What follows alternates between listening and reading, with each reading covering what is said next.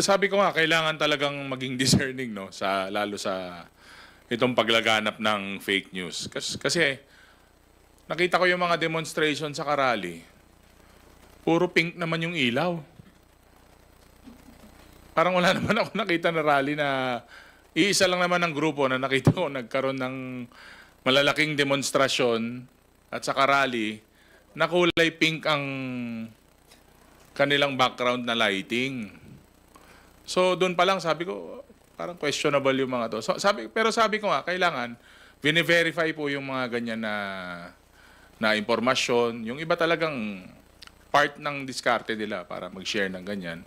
Pero sabi ko nga, ang ganda ng tinatakbo nitong TRICOM hearing natin dahil hindi lang tayo matututo ang taong bayan, may equip tayo, saka yung mga concerns natin ng paglaganap ng fake news saka national security,